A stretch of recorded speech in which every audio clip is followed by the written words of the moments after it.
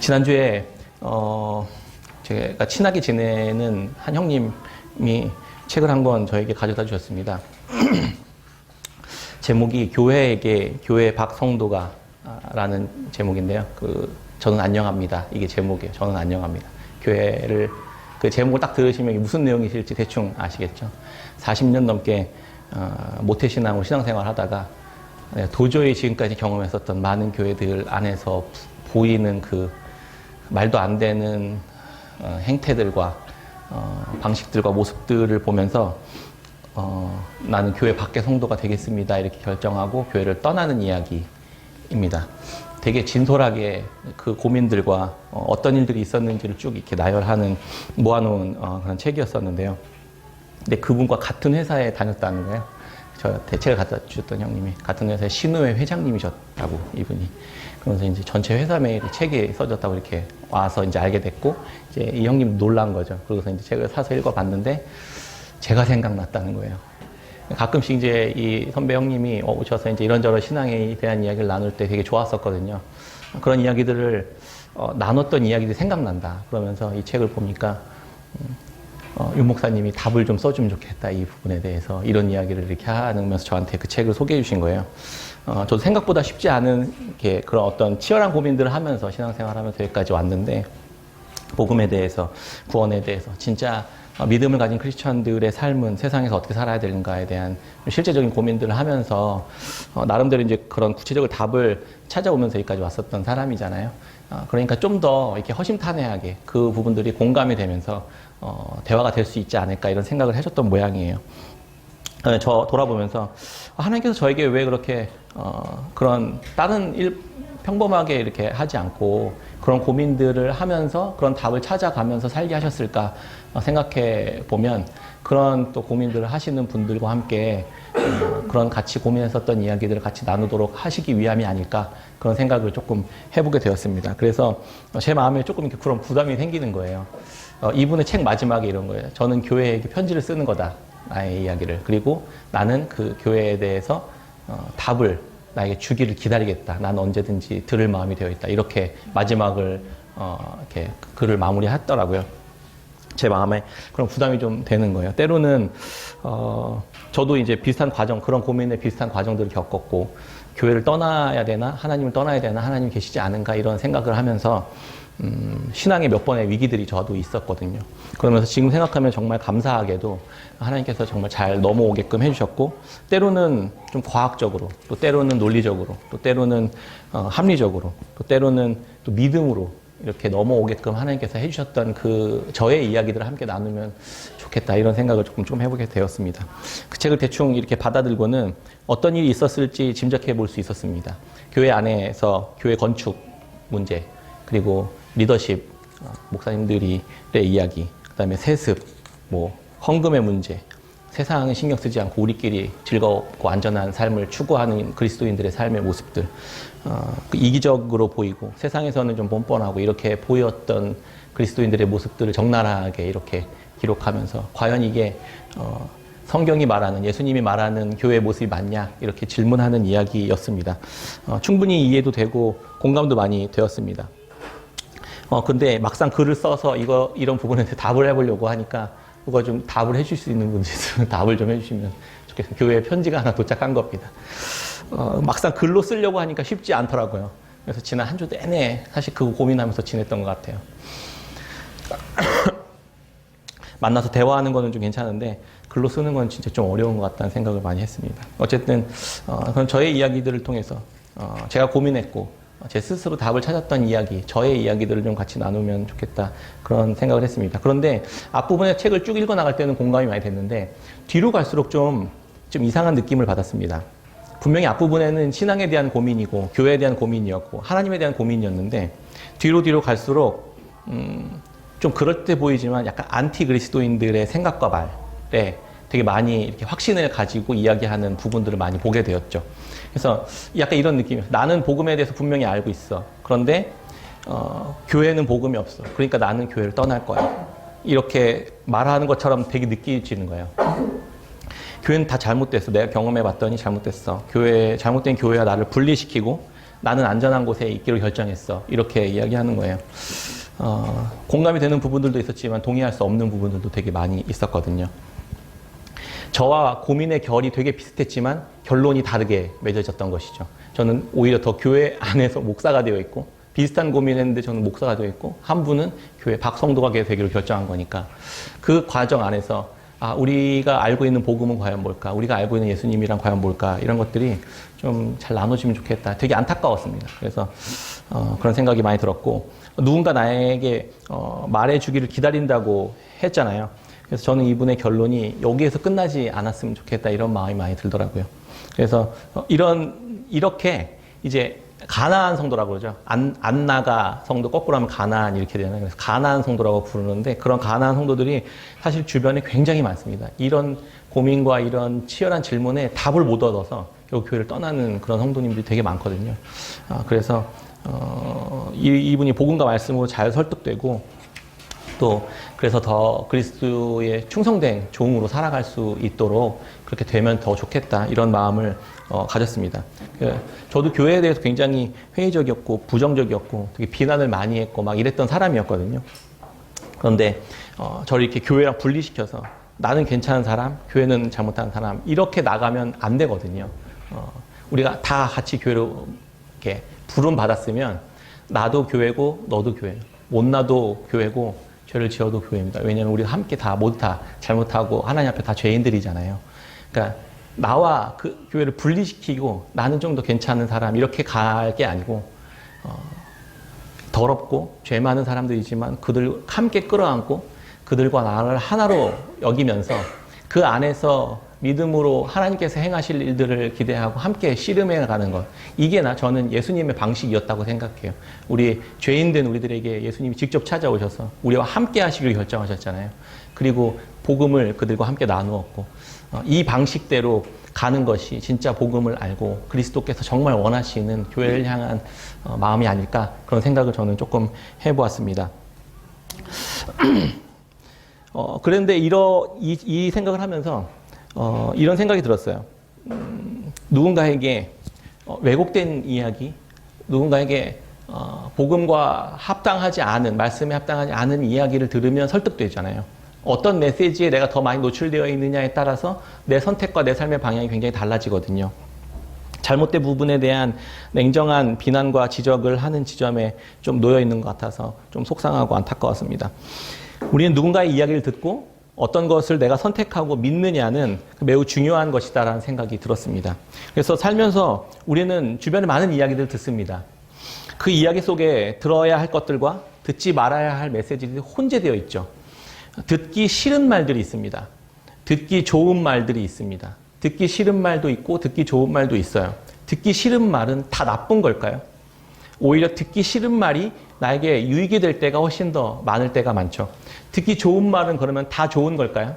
그렇지 않습니다. 듣기 좋은 말이 나에게 유익하지 않을 때가 사실 때론 더 많은 것 같습니다.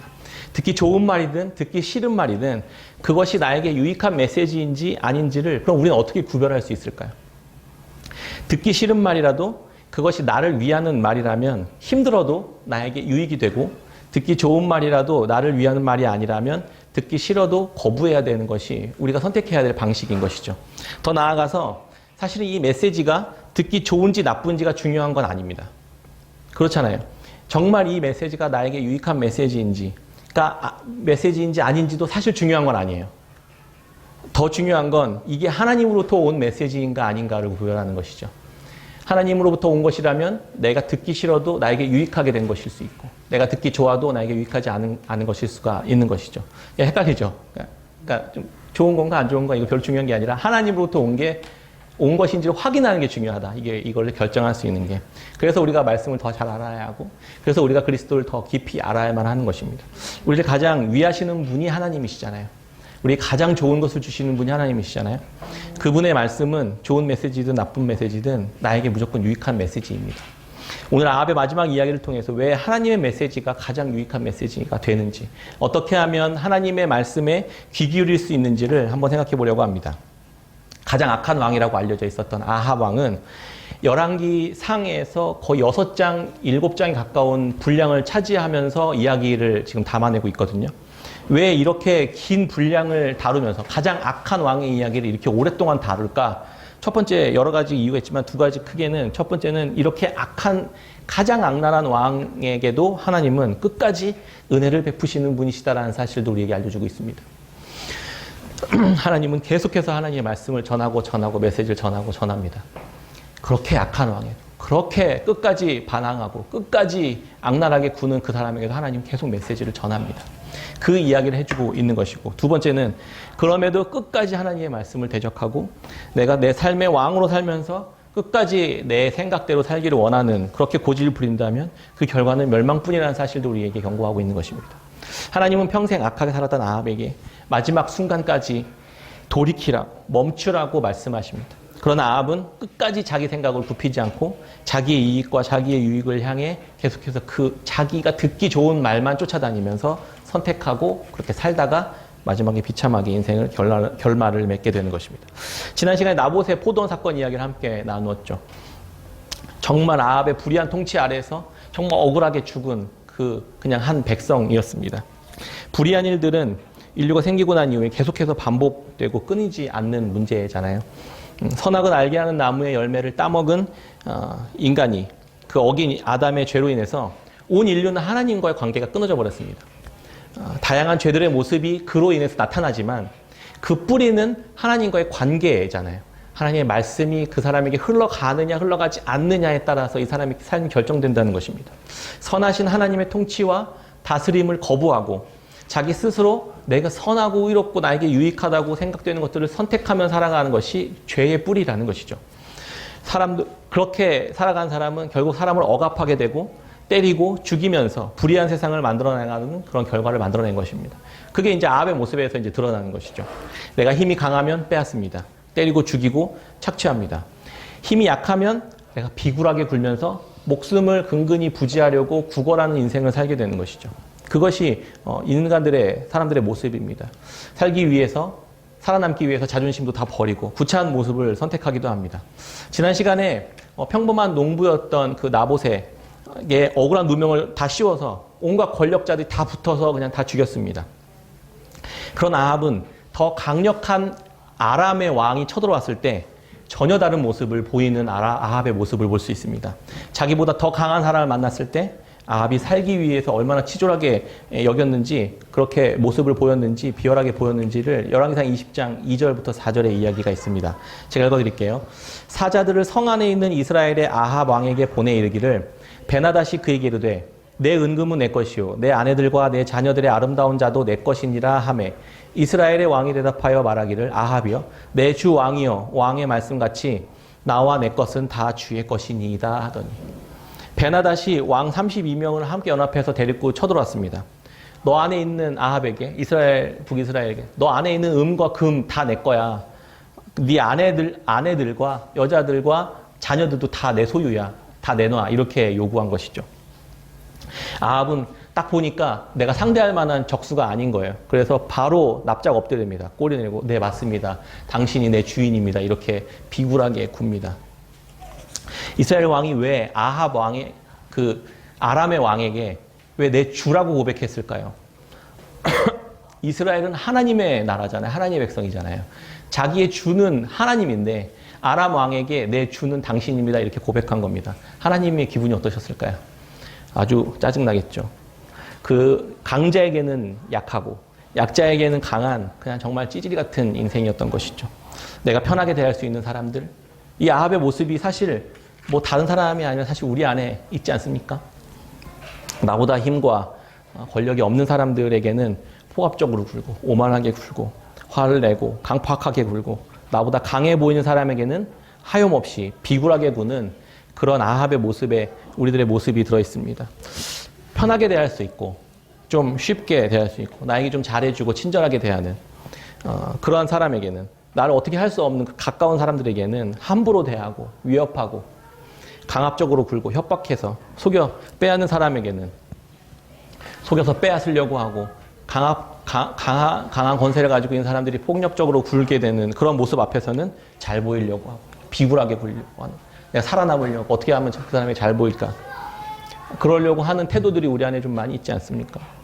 좀 바뀐 것이죠. 하나님은 우리에게 힘과 권세가 와 지혜가 우리에게 허락해 주신 이유는 가까이 있는 소중한 사람들에게, 가족으로 묶인 사람들에게, 하나님의 백성 이스라엘들을 위해서 그렇게 사용하라고 우리에게 주셨던 것이잖아요. 반대로 사랑하는 사람들과 가족들과 자녀들과 교회를 공격하고 압제하려는 이들에게는 담대히 맞서는, 그렇게 하라고 우리에게 권력과 또 우리의 힘과 이렇게 지혜를 주셨는데, 우리는 반대로 하고 있잖아요.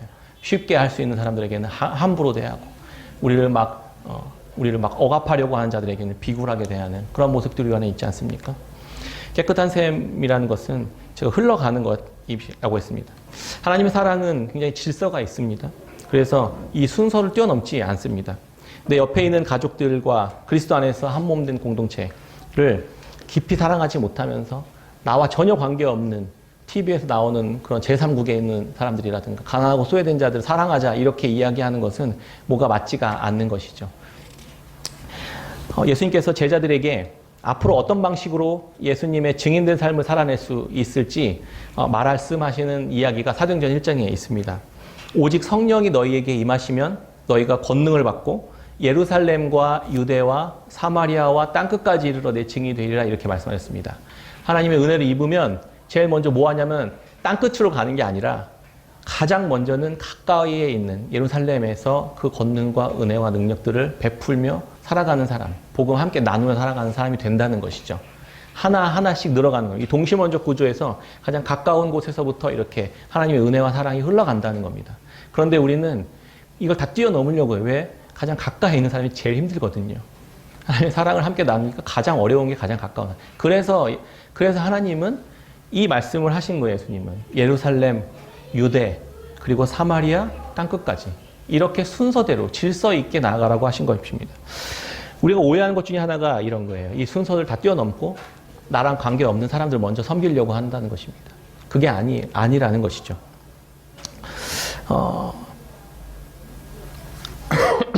다음 주에 IT에서 우리 선교사님 오시는데 그곳에 부름받으시는 과정의 이야기를 조금 들어봐서 알고 있는데요. 갑자기 IT 가신 게 아니에요.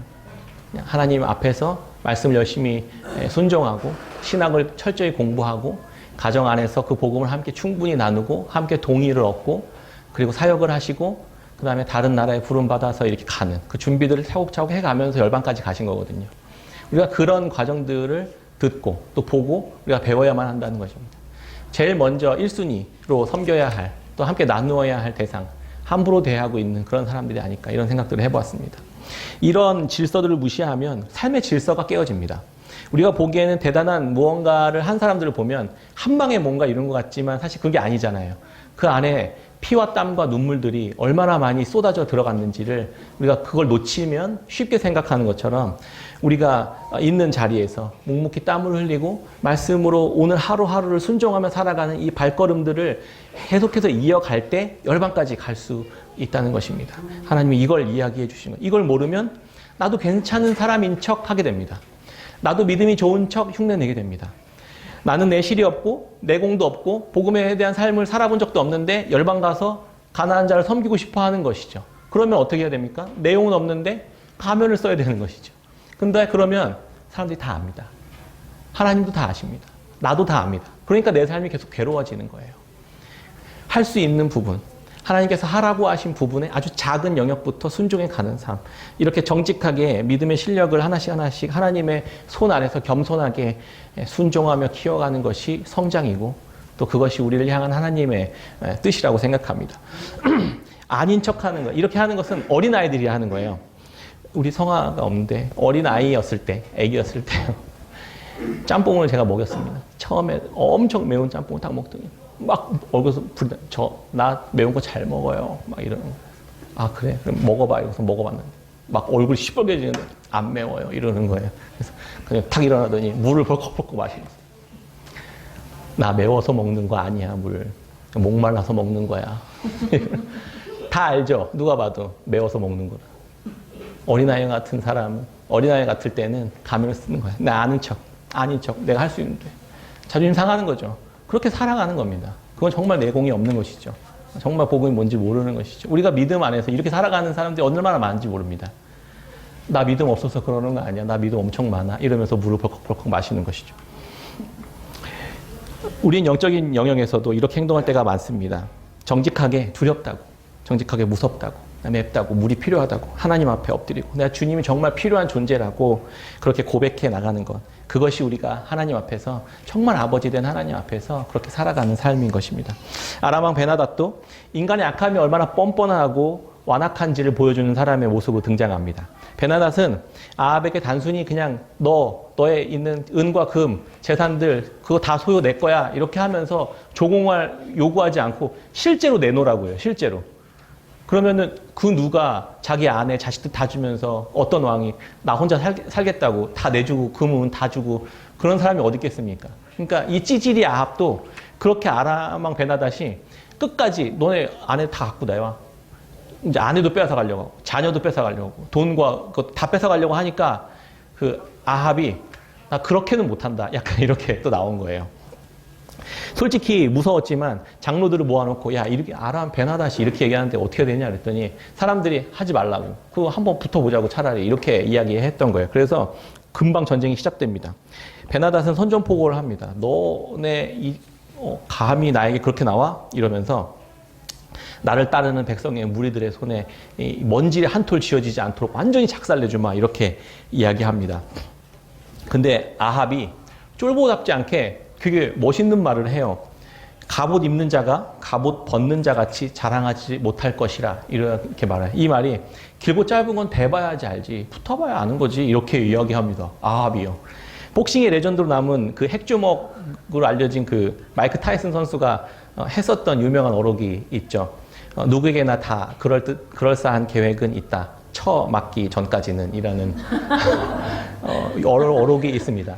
그래서 타이슨이 경기 올라가기 전에 누구나 다 그럴듯한 계획은 있어. 근데 쳐맞아보면 그게 아무것도 아니라는 걸 알게 돼. 이러면서 다 뚝갑했던 그런 이야기가 있어요. 난 잘할 수 있을 것 같죠.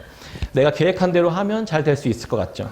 오만방자하게 구는 세상의 상대는 넘을 수 없는 벽이 있고 자기보다 뛰어난 사람들이 얼마나 많은지 사실 모르는 거예요. 얼마나 교만한지. 내가 하면 잘할 것 같고 나는 좀 특별한 것 같지만 다 똑같습니다. 실패하면서 겸손해지고 실력도 그렇게 늘어가는 것입니다. 젊을 때는 패기로 무모하게 막 도전하지만 세상은 그렇게 호락호락하지 않다는 것을 하나둘씩 알아갑니다. 사실 제가 그랬어요.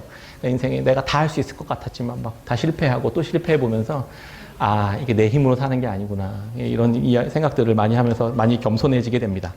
사실 베나닷은 더 많은 군사와 무기 체계를 가지고 있었습니다. 힘이나 기술로 보면은 아합은 그냥 상대가 안 돼요. 그냥 대충 계산해 보니까 아합은 그 이스라엘 백성들은 7,000명의 군사와 232명의 청년이 이렇게 있으니까 7,232명이 있었고 베나닷은 몇 명 있었을까? 12만 7천 명. 12만 7천 명이 있었던 거예요. 딱 대충 계산해도 20배 가까이 군사력의 차이가 나는 상태였었던 겁니다. 그런데 하나님은 이스라엘 백성 아합 왕이 승리하게끔 해주십니다. 이 말도 안 되는 전쟁에서 하나님은 아합의 편을 들어주신 것이죠. 교만하게 방자하게 굴었던 아람 왕 베나닷, 내가 이스라엘의 주인이라고 주장했었던 하나님이 주인이신 나라에 감히 나타나서 했었던 그 베나닷은 뚜까 맞고 내가 계획대로 되는 게 아니구나. 내가 그럴싸한 계획이 있었지만 내가 이길 것 같았지만 내가 맞아보니 내가 패배해보니 그렇지 않은 경우들이 너무나 많았구나라는 것을 하나님께서 알려주셨던 것입니다. 그런데 이렇게 승리했었던 두 번의 전쟁을 승리하게 되거든요. 아합이. 근데 자기가 한 게 아무것도 없어요. 그냥 가만히 있었는데 한번 붙어보자 이러고 있었는데 하나님이 그냥 너 승리하게 해준 거야. 이렇게 승리하게 됐거든요. 두 번의 승리를 딱 경험했으면 아합은 어떻게 생각해야 됩니까? 이 전쟁이 내가 내 능력으로 내가 준비해서 내 지혜로 이긴 게 아니구나라고 인정하고 하나님 앞에 나아가야 되지 않겠습니까? 그런데 아합은 교만하게 나타납니다. 아합은 그것이 하나님께서 하신 일이라고 생각하지 않고 교만해져서 우쭐해집니다. 베나닷이 완전히 12만 7천 명이 완전히 쑥대밭이 되고 난 뒤에 간신히 목숨을 부지하기 위해서 아람 왕, 그 아합 왕 앞에 납작 엎드려서 거꾸로 이제 당신이 나의 주인이십니다. 이렇게 고백합니다. 그런데 아합은 그 메시지가, 그 소리가 나를 죽이려고 했었던 그 왕이 비굴하게 내 앞에 엎드려서 당신이 나의 주인입니다 라고 고백하는 그 메시지가 듣기 좋아서 아람 왕 베나닷, 자기 재산 다 털어가려고 했었던, 자기 죽이려고 했었던 그 베나닷에게 이 사람은 나의 형제다 이렇게 이야기해 버립니다. 그리고 살려줘요. 이 얼마나 어리석은 짓입니까? 그래서 세 번째 전쟁에서 아합은 이 아람 왕 베나닷에게 죽임을 당합니다. 어떤 메시지를 들으려고 해야 돼요? 우리가 어떤 메시지를, 기분 좋은 메시지, 내가 듣기 좋은 메시지만 쫓아다녔던 아합은 결국 그 듣기 좋은 메시지 듣고 자기 인생이 망하게 됐던 것입니다. 오히려 하나님의 메시지를 찾지 않았던 그 아합 왕은 어리석게도 자기의 어리석음에 따라 의해 죽게 되는 비극을 맞게 되는 것입니다. 교만은 이 메시지들이 자기를 위한 메시지인지 속여서 죽이려고 하는 메시지인지를 구별하지 못하도록 만듭니다. 그래서 내가 듣기 좋은 말을 해주면 기분이 좋아서 우쭐대는 그런 데만 관심을 갖습니다. 결국 이 잘못된 선택을 통해서 살려주었던 베나닷과의 3차 전쟁에서 아주 비참하게 피를 철철 흘리면서 죽게 됩니다. 하나님의 말씀을 지키기 위해서 옳은 말을 했던 나봇은 어떻게 됐죠? 죽여버리고, 자기를 죽이려고 했었던 베나닷의 그 아첨하는 그 말을 듣고 내 형제다 이러고 살려줬던 그 베나닷의 손에 의해 죽게 되는 것입니다. 자신이 지켜야 할 사람은 자신에게 듣기 싫은 이야기를 했다는 거예요. 내가 원하는 걸 안 들어줬다는 거예요. 나봇은 포도 나 달라고 했는데 그거 싫다고 거절했다는 거예요. 자기 듣기 싫은 말 했다고 죽여버립니다. 자기 듣기 좋은 말 했다고 살려줍니다. 아합이 그래서 죽은 거예요. 아합의 이 정신을 어떻게 해석할 수 있을까요? 이 모든 판단은 내 감정이 내가 기준인 거예요. 내 기분이 기준인 거예요. 내 기분이 좋으면 좋은 거예요. 내 기분에 좋은 말 해주면 그냥 좋은 사람인 거예요. 근데 내 기분을 상하게 하는 사람의 말이면 싫은 거예요. 그건 나쁜 거예요. 그렇게 해석해버리니까 결국 자기의 삶은 망가지게 되는 것이죠. 하나님은 나봇을 죽인 아합과 이세벨에게 그래서 심판과 재앙을 선언했던 것입니다. 그리고 세 번째 전쟁이 이루어지고 그리고 그곳에서 비참하게 죽게 되었습니다.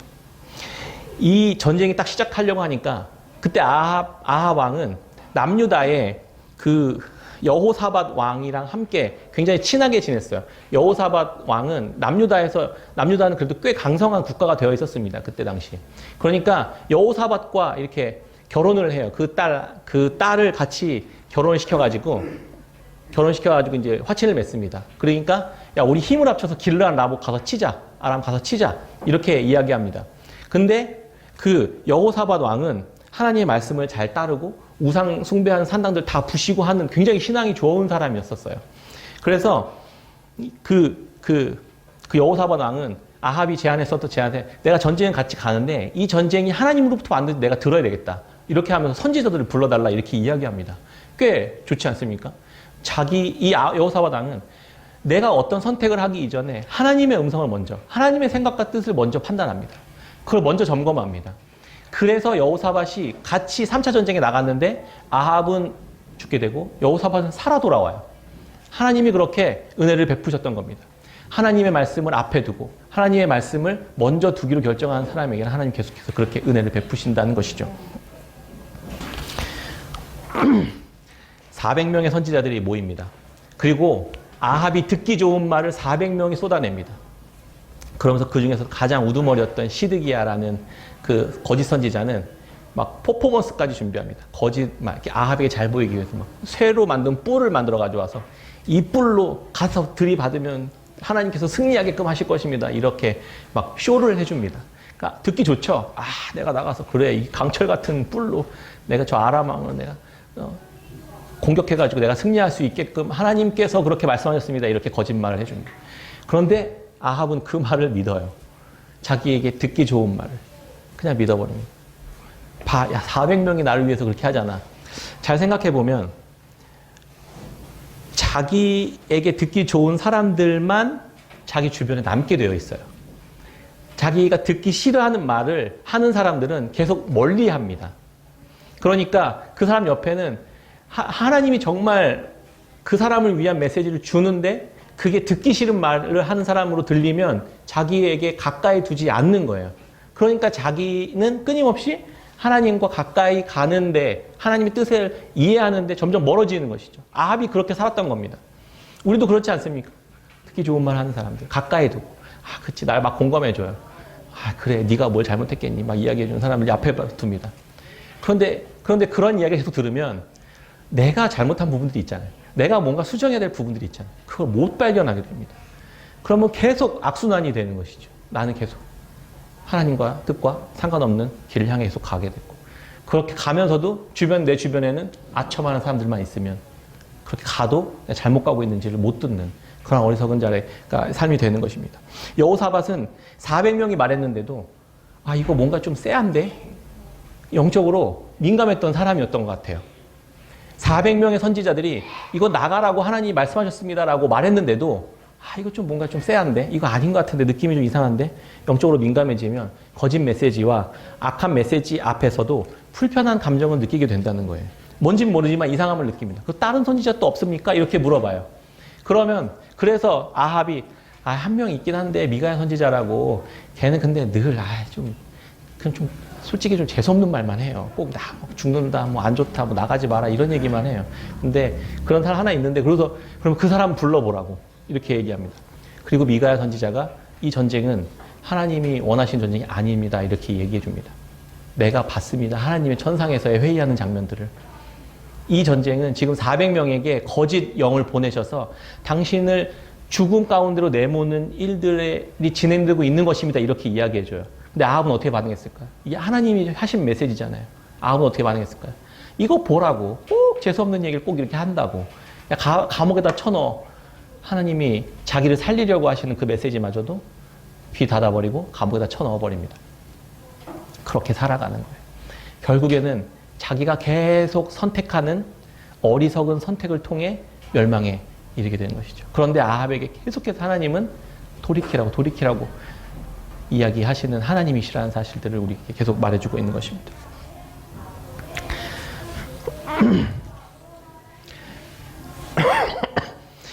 오늘 함께 불렀던 찬양 있잖아요. 충만.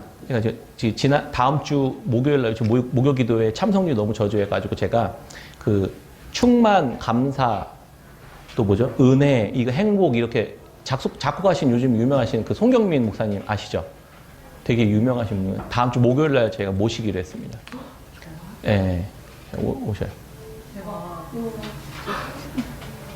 별로 뭐 그렇게